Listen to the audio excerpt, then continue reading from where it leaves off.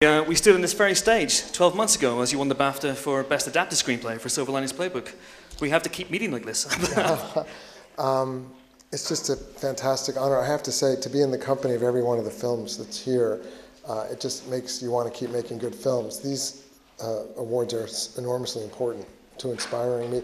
And when we were putting together American Hustle last year, it helped keep us in the financing when we were still writing the screenplay. It's very encouraging to make cinema that takes chances. Absolutely. And Eric, as David said, this tale started with you. The script started with you. Where exactly did it start for you? It started for me on a plane ride 17 years ago from New York City to Los Angeles. It was late night. I was sitting next to a gentleman who used to be a U.S. attorney, and we started talking, and he told me about Abscam, and that's where the seed was planted.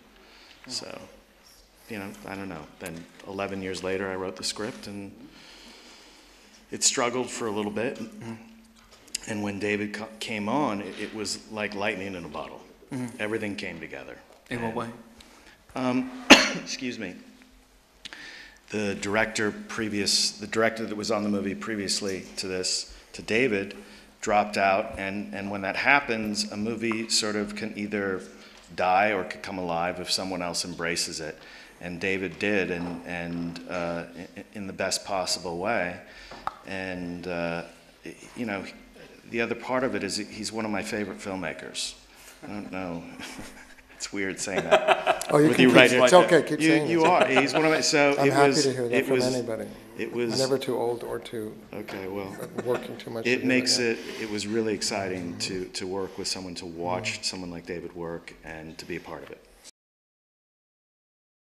I feel that they're my partners, so I feel that it's very exciting because it makes it concrete. I write for them. I take what Eric did, and then I started to do what I do, and that is to craft it for each one of those actors, and to say, would you take this risk with me? And it's very exciting and daring for them to play roles they've never played anything remotely like before. So it inspires me to write scenes for the broad range of each of these. I want to make sure I see all of them in these new roles. So you create scene after scene that shows that, and while keeping the movie propulsive.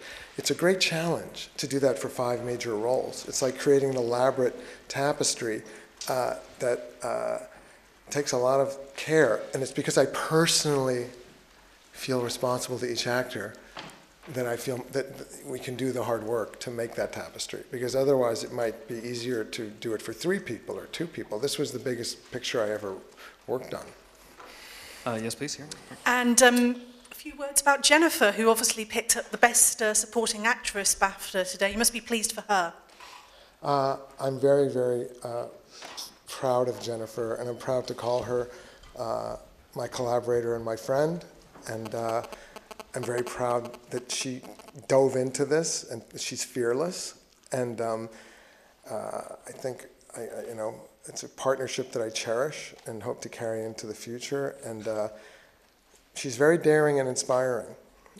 She's special. So I appreciate that BAFTA recognized her. It's a big deal to us. And I sat with her last year, and she didn't win. And there was famously a screen grab of me going like this when she lost. People put it all over the internet. I was just being loyal to my girl. I gotta stick up for. But it was an embarrassing screen grab. Yes, please. Congratulations to you both. It's just a follow-up from that question, really. I mean, it looks like Jennifer could go on to win the Oscar now, if we're looking at the other awards that she's won. Do you think that she'll do that? And what is it that makes her so special at just 23? I mean, to win, if she does it, 2 Oscars in 2 years is pretty impressive. What I love most about Jennifer is kind of her humility and her regularness, and that you hit her from one angle and she looks like a regular girl from Kentucky, and you hit her from another angle and she looks like the most magical, beautiful creature you've ever seen. And inside is a girl who just shows up and does the work and is never afraid of trying anything. And she has, as our editor said on Silver Linings Playbook, he says, I think this one was kissed by the angels. And it's just, she has to respect that. You understand? I mean, that kind of thing could be stepped on, you know? So it's a very special thing that she has to respect and I have to respect, and I do respect it. I respect it and treat it very carefully because it's the kind of thing in Hollywood you know what I'm saying? You kind of know what I'm saying? Yeah. You know, like James Dean was an extraordinary, you know, I kind of was motivated by the fact that James Dean played 25 and 50 in Giant. And I thought he was an extraordinary creature. And I knew Jennifer could play. Jennifer seems ageless. So I knew she could play Christian Bale's wife and seem, what age was she? You know, so that's exciting, you know. She's a brick through plate glass window. She is. She is. She's nitro charged. She's amazing. David, I've heard that you signed up Jennifer for your next film. Is it because you guys seem to be an award-winning team, literally?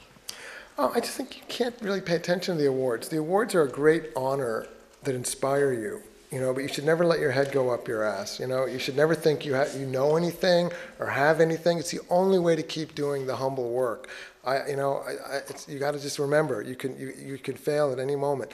So only something that excites us organically would we possibly even have said, gee, let's do this. And the story of that woman, Joy, who invented a mop, is a true story, you know, and it's kind of an amazing story. And I look forward to writing that, you know, for Jennifer. Any more questions for David and Eric? Yes, please, over here. You've talked previously about the last 3 films you've done, David, being a trilogy of sorts. You know, with similar characters. Will this be a new film, this new film you're talking about, be one where you concentrate more on just one lead and not have your ensemble together, or is that in the back of your head as you're writing? I always have them in the back of my head to write for. I feel personally connected to them. I think it will begin a new chapter of stories, but yeah, this was a trajectory that took off with The Fighter. You know, and when I got my reinvention, and I could look in the eyes of those real people in Lowell, Massachusetts, and they knew that I knew heartbreak and I knew struggle, and I had stumbled for about 8 years at that point, and had to get my bipolar son into get him on his feet, you know, and I couldn't get that movie made, Silver Linings Playbook. So I ended up getting to make The Fighter first. After Sidney Pollack hired me to write Silver Linings, I couldn't get it made. So then after The Fighter, I was able to get it made. So anyway. I don't know how that answers your question. I just tried. And Eric, I just want to ask about your process as well, because David, clearly, I'm right here. I'm right beside you. Okay.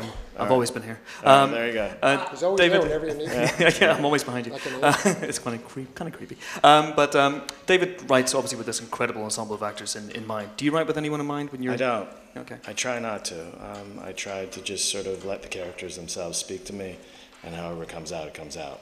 So. I mean, we share a love for locality, local people. That's what we share. That's what we had. We both had a great love for that. So, you know, he tells me the microwave detail, which is a true detail that he wrote about. I go, well, that really happened. And he gives him a gift. I mean, that's what really happened, that he gave him a gift of friendship.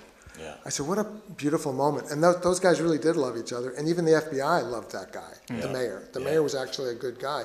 The first thing I watched on YouTube was a video that his grandson had made about him. And I said, well, what a sweet man. You know, he was not, you could tell he wasn't just a straight up criminal in any way.